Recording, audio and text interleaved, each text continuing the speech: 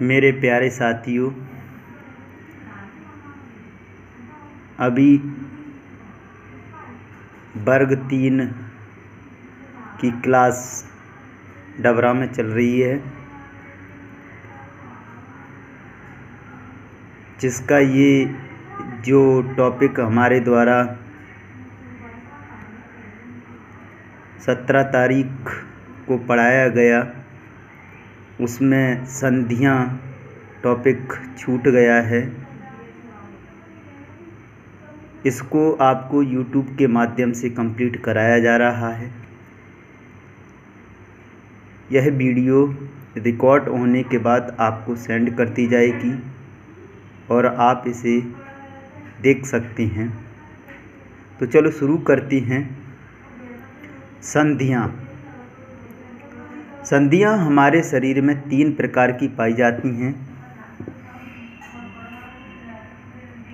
जैसे पहली संधि है पूर्ण संधि, दूसरी प्रकार की संधि है अपूर्ण संधि और तीसरी संधि है अचल संधि। सबसे पहले हम पढ़ते हैं पूर्ण संधि। ये संधियाँ क्या होती हैं? तो पूर्ण संधि वे संधियाँ होती हैं जिन्हें विभिन्न दिशा में घुमाया जा सकता है, यानी कि ऐसी संधियाँ जिनको आसानी से विभिन्न दिशा में घुमाया जा सके, वह संधियाँ पूर्ण संधियाँ कहलाती हैं। इन संधियों के जोड़ों पर यानी अर्थात अस्थियों के जोड़ों पर लिगामेंट्स पाए जाते हैं, जो एक अस्थि को दूसरी अस्थि से जोड़ने का कार्य करते हैं, ये लिगामेंट्स। ठीक है। इसके बाद पूर्ण संधि के प्रकार हैं, जो कि 5 प्रकार की होती है। पहली संधि है आपकी कंदुक खल्लिका, जिसे बॉल एंड सॉकेट भी कहते हैं। दूसरी है आपकी हिंज संधि। तीसरी संधि है घूंटी संधि। चौथी संधि है ग्लाइडिंग और 5वीं संधि आपकी सैडल संधि। ठीक है भाई। इसके आगे चलते हैं, आपको पहली संधि को थोड़ा विस्तार से पढ़ती हैं। कंदुक खल्लिका, जिसे हम बॉल एंड सॉकेट संधि भी बोलते हैं।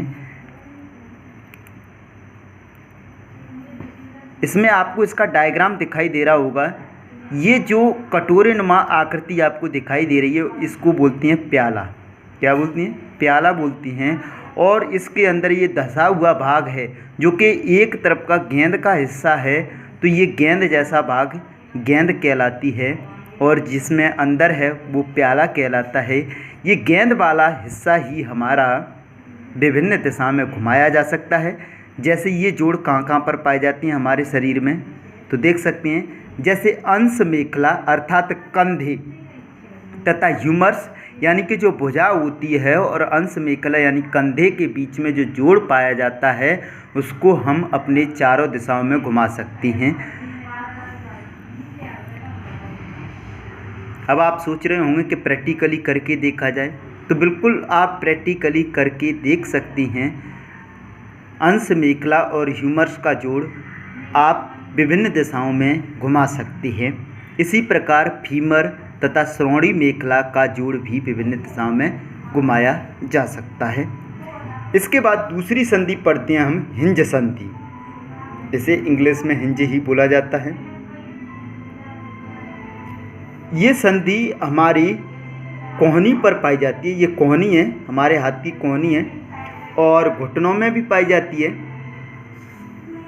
ये केवल एक ही दिशा में घूम सकती है, जैसे ऊपर नीचे। इस हाथ को या तो ऐसे कर सकती हैं या नीचे की तरफ कर सकती हैं। तो ये संधि केवल एक दिशा में घुमाई जा सकती है।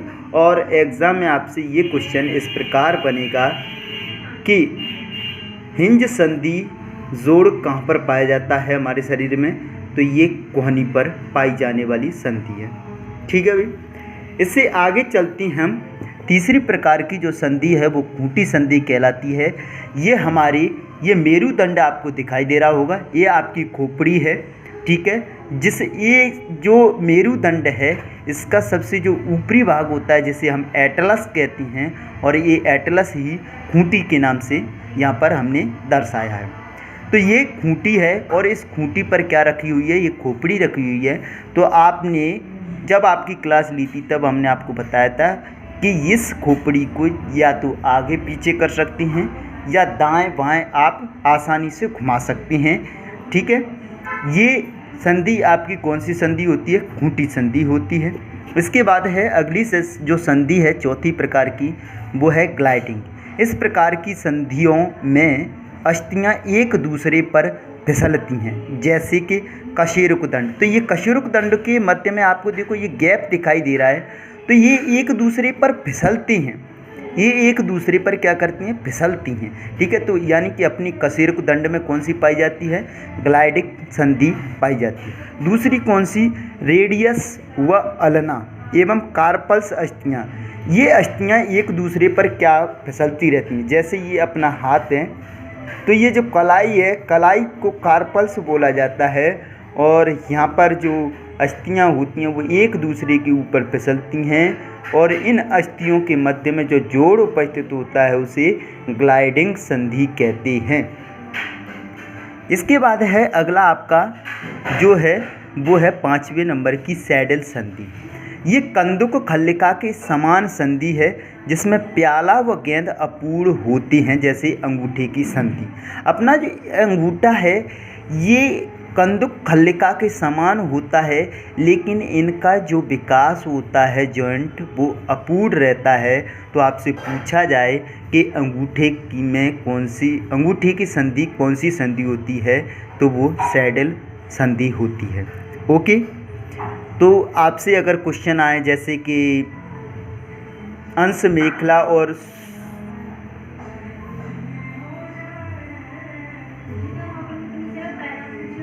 ह्यूमरस का जोड़ कौन सी संधि उपस्थित होती है, तो आप आंसर देंगे कंदुक खल्लिका। उसके बाद है फीमर तथा श्रोणि मेखला के मध्य कौन सी संधि पाई जाती है, तो कंदुक खल्लिका ही पाई जाती है। हिंज संधि कहाँ पर पाई जाती है, तो ये मानव शरीर के कोहनी पर, घुटनों पर पाई जाने वाली संधि है, ठीक है। इसके अलावा खूंटी संधि, तो ये गर्दन और क्या कहते हैं खोपड़ी और मेरुदंड के मध्य पाई जाने वाली संधि है। ये संधियाँ आपकी कंप्लीट हो जाती हैं। इसके बाद दूसरी संधि, दूसरा प्रकार अपूर्ण संधियाँ होती हैं। कशेरुकाओं के बीच की अस्थियों में पाई जाने वाली संधियाँ अपूर्ण संधि होती हैं। और तीसरी एवं अंतिम संधि आपकी अचल संधि। खोपड़ी की अस्थियाँ जैसे हमने आपको पढ़ाया था, टेम्पोरल, पैराइटल, फ्रंटल, इनके बीच में थोड़ा थोड़ा गैप पाया जाता है। ये गैप ऐसा होता है कि ये संधियाँ ऐसी नहीं कि हिरडक्स नहीं हो, ठीक है।